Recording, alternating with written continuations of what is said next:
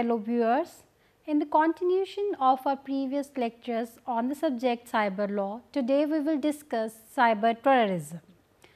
The term terrorism comes from the French word terrorisme, which is based on the Latin verb terror, to cause, to tremble. It dates back to the 1795 when it was used to describe the actions of the Jacobin club in their rule of the post-revolutionary France, the so-called region of terror. The word terrorism, insurgency, civil war, revolution, guerrilla war, intimidation and extremisms are the most often interchanged and used very loosely. What is common in all is violence. Terrorism is an organized system of intimidation. It is broadly defined as a violent behavior designed to generate fear in the community or a sustainable segment of it for political purpose. It is also defined as a method whereby an organized group or party seeks to achieve its out aims and chiefly through the systematic use of violence. Encyclopedia of Social Sciences explain it. The US Central Intelligence Agency's 1980 definition of it, duly accepted by the State Department, is the threat or use of violence for a political purpose by individuals or groups, whether acting for or in the opposition, when such actions are intended to shock, stun or intimidate a target group wider than the immediate victimizer. Terrorism is characterized by a technique of perpetrating random and brutal intimidation, coercion or destruction of human lives and property, and used intentionally by subnational groups operating under varying degrees of stress to obtain realistic or illusionary goals. The main characteristics of terrorism are: it is against the state or community, it has a political purpose, it is illegal and unlawful, it aims at intimidating and creating impact of fear and panic not only for the victim but also for the people at large, caused for the purpose of coercing or subduing. It is accompanied by a feeling of helplessness on the part of the masses. It stops rational thinking, it leads to reaction of fight or flight, it contains arbitrariness and violence as victims, selection is random or indiscriminate. Cyber terrorism is the act of internet terrorism. In terrorist activities, including act of deliberate large-scale disruption of computer networks, especially of the personal computers attached to the internet by the means of tools such as computer viruses. Cyber terrorism is a controversial term. Some author chooses a very narrow definition relating to deployment by known terrorist organizations of disruption attacks against information system for the primary purpose of creating alarm and panic. By this narrow definition, it is difficult to identify any instances of cyber terrorism to cause destruction and harm for personal objectives.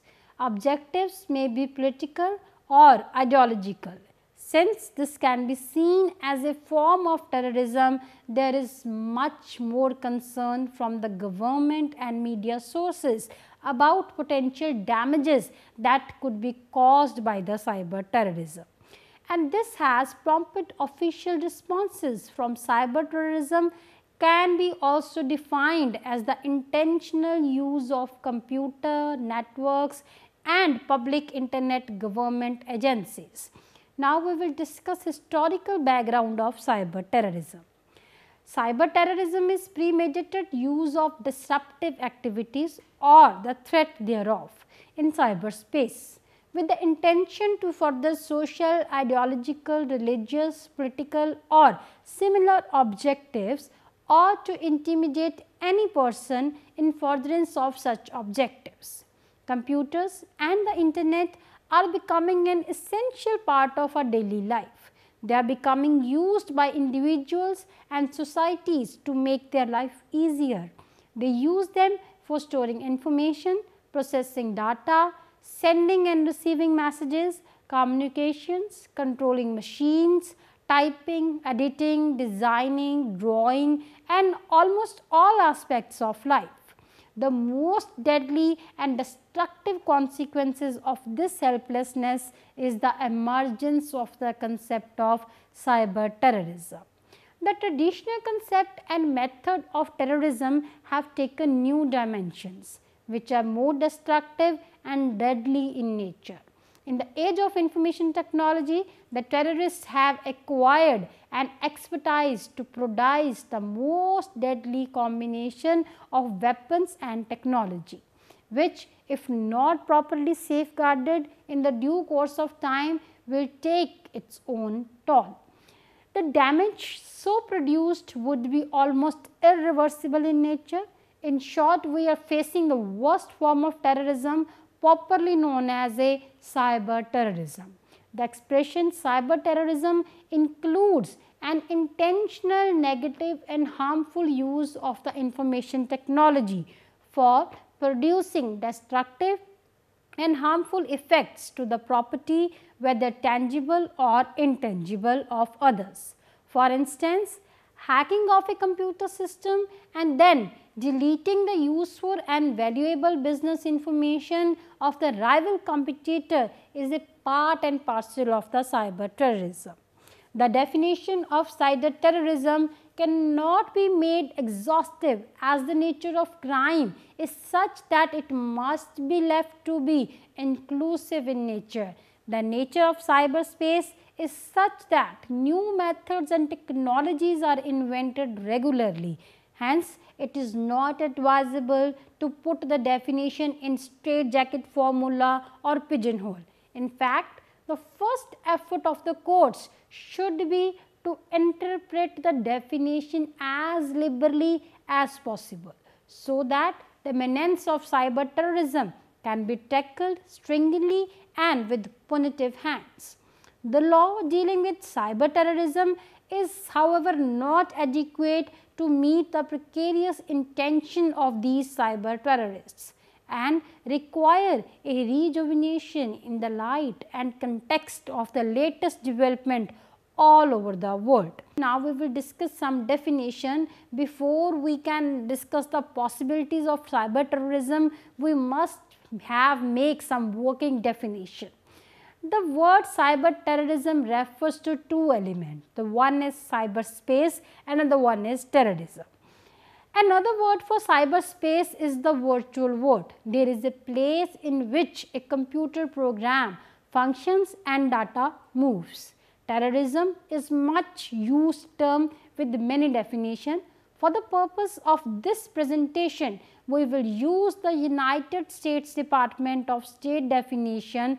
The term terrorism means premeditated, politically motivated violence perpetrated against non-combatant targets by subnational groups or clandestine agent. If we combine these definitions, we construct a working definition such as following. Cyber terrorism is the premeditated, politically motivated attack against information, computer system, computer programs and data which result in violence against non-combatant targets by subnational groups or clandestine agent. The basic definition of cyber terrorism subsumed over time to encompass such things as simply defacing a website or server or attacking non-critical system, resulting in the term becoming less useful. There is also a train of thought that says cyber terrorism does not exist and is really a matter of hacking or information warfare.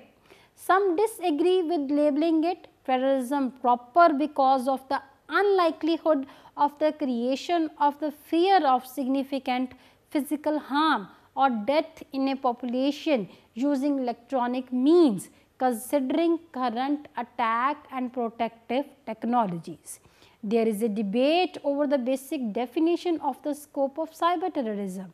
There is variation in the qualification by the motivation, targets, methods and certainty of the computer use in the act. Depending upon the context, cyber terrorism may overlap considerably with the cyber crime, cyber war. Ordinary terrorism founders Kaspersky Lab now feels that cyber terrorism is a more accurate term than cyber war. He states that with today's attack, you are clueless about who did it or when they will strike again.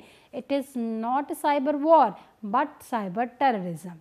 He also equates large-scale cyber weapons such as flame virus, net travels virus, which his company discovers, to the biological weapons, claiming that in an interconnected world, they have the potential to be equally destructive. If cyber terrorism is treated similar to the traditional terrorism, then it only includes attacks that threaten property or lives. That can be defined as the overhanging of the target's computers and informations, particularly via internet, to cause physical real world harm or severe disruption of infrastructure. There are some who say that cyber terrorism does not exist and is really a matter of hacking, of information warfare.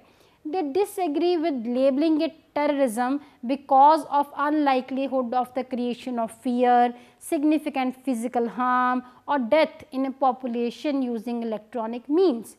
Considering current attacks and protective technologies, if a strict definition is assumed, then there have been no or almost no identifiable incidents of cyber terrorism, although there has been much public concern. However, there is an old saying that the death or loss of properties are the side product of terrorism. The main purpose of such incident is to create a terror in people's mind. If any incident in cyber world can create terror, it may be called cyber terrorism. Cyber terrorism is defined in the Technological Institute as the premeditated use of disruptive activities or the threat thereof against the computer and on networks with the intention to cause harm or further social, ideological, religious, political or similar objectives, or to intimidate any person in furtherance of such objectives. Now we will discuss who are cyber terrorists. From American point of view, the most dangerous terrorist group is Al-Qaeda, which is considered the first enemy of the US. According to the US officials' data from computers seized in Afghanistan indicates that the group has scouted systems that control American energy facilities, water distribution, communication system and other critical infrastructure. After April 2001, collision of the US Navy spy plane and Chinese fighter jet, Chinese hacker launched denial source services attacks against the American websites. Then we will discuss the mode of cyber terrorism. The very first one is cyber terrorism is the forerunner of warfare in the era of information and communication technology. ICT's one nation causes terrorist violence by using new technology against other nation or nation. These are not the conventional way of war, rather cyber war or net war between two or more nations which are very much unpredictable. For example, between Israel and Pakistan, net war, India and Pakistan net war, China and USA net war.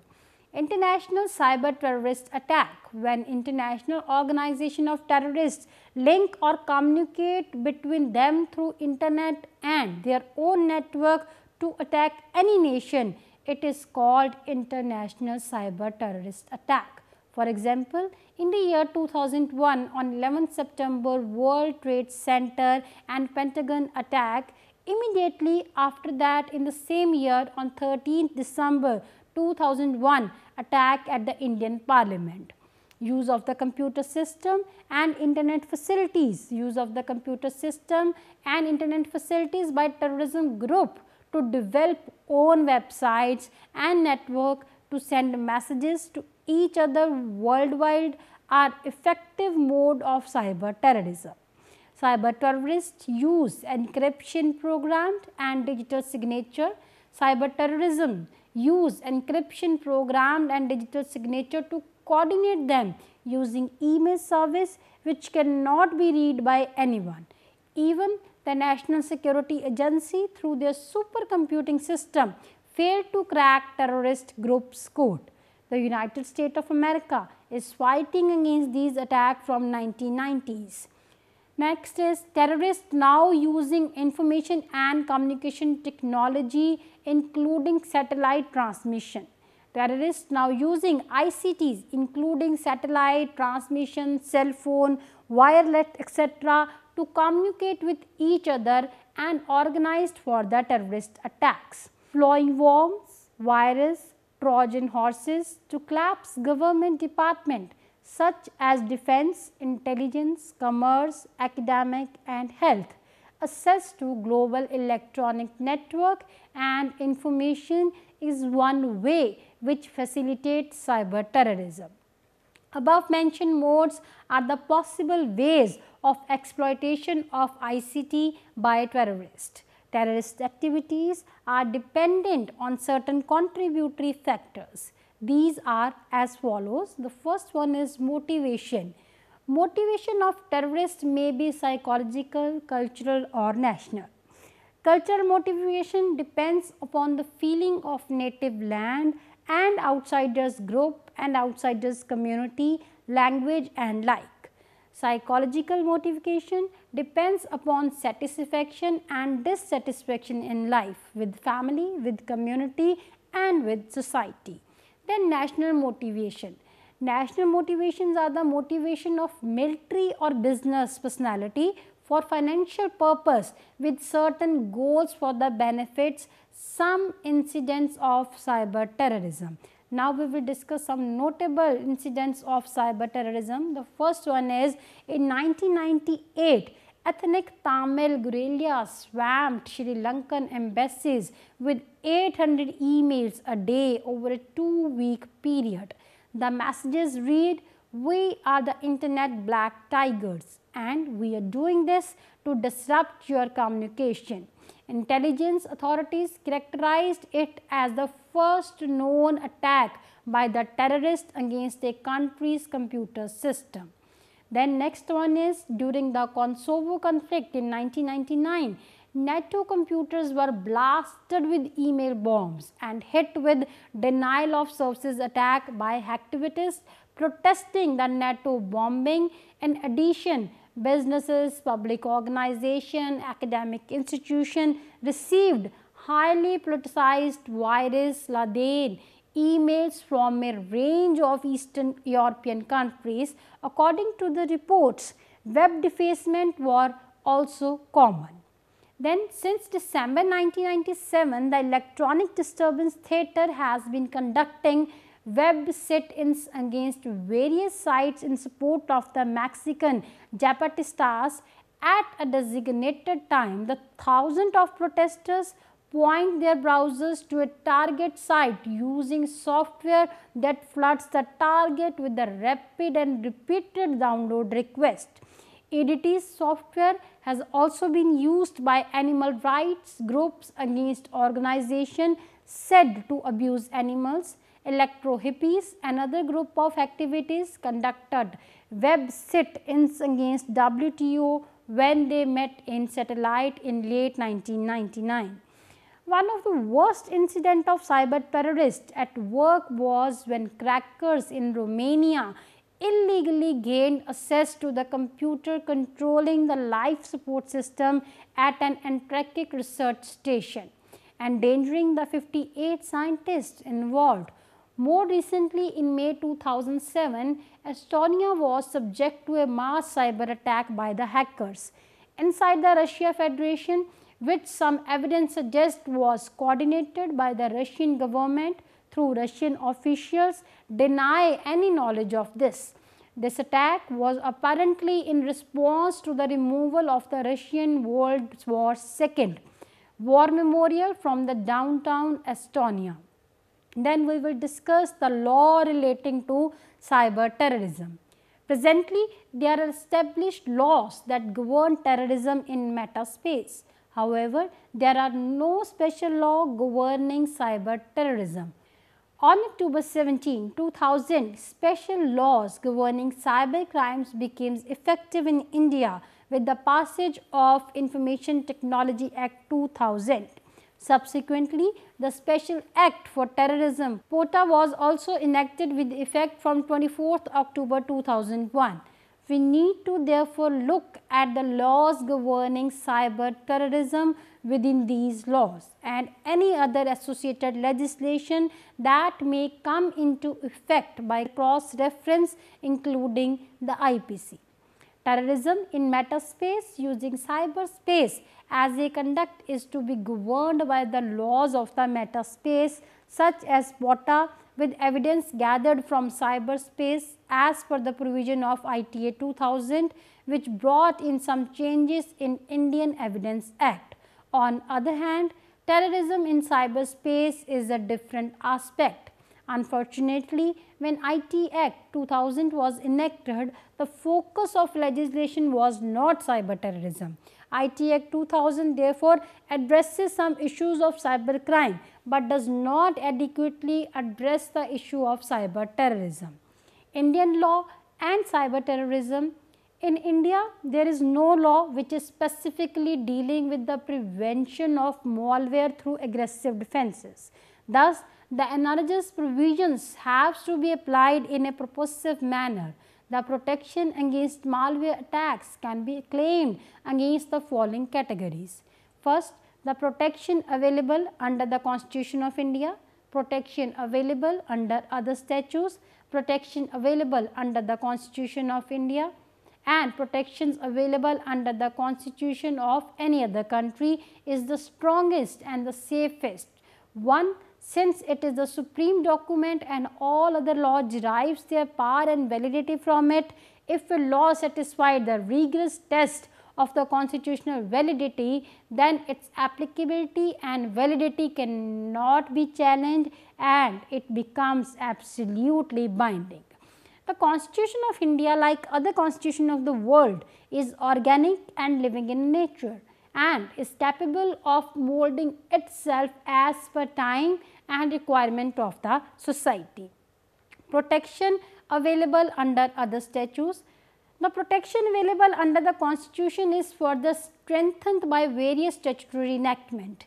These protection can be classified as protection under Indian Penal Code 1860, the protection under Information Technology Act 2000. In concluding remarks, I will say that the problems associated with the use of malware are not peculiar to any particular country, as the menace is global in nature. The countries all over the world are facing this problem and are trying their level best to eliminate this problem. The problem, however, cannot be effectively curbed unless popular public support and vigilant judiciary back it. The legislature cannot enact a law against the general public opinion of the nation at large. Thus, first a public support has to be obtained not only at the national level, but at the international level as well. The people all over the world are not against the enactment of statutes curbing the use of malware, but they are conscious about their legitimate rights. Thus, the laws to be enacted by the legislature must take care of the public interest on a priority basis. This can be achieved if a suitable technology is supported by an legislation which can exclusively take care of menace created by the computer sending the malware. Thus, the self-help measures recognized by the legislature should not be disproportionate and excessive than the threat received by the malware. Further, While using such self-help measures, the properties and the rights of the general public should not be affected. It would also not be unreasonable to demand that such self-help measures should not themselves commit any illegal act or omission. Thus, a self-help measure should not be such as may destroy or steal the data or secret information stored in the computer of the person sending the malware. It must be noted that two wrongs cannot make a thing right. Thus, a demarcating line between self-help and taking law into one's own hand must be drawn. In the ultimate analysis, we must not forget that self-help measures are watchdog and not the bloodstains, and their purposes should be restricted to the legitimate and proportionate defensive action only. In India, fortunately, we have a sound legal base for dealing with the malware, and the public at large has no problem in supporting the self-help measures to combat cyber terrorism and malware. Thank you, viewers, for watching this program.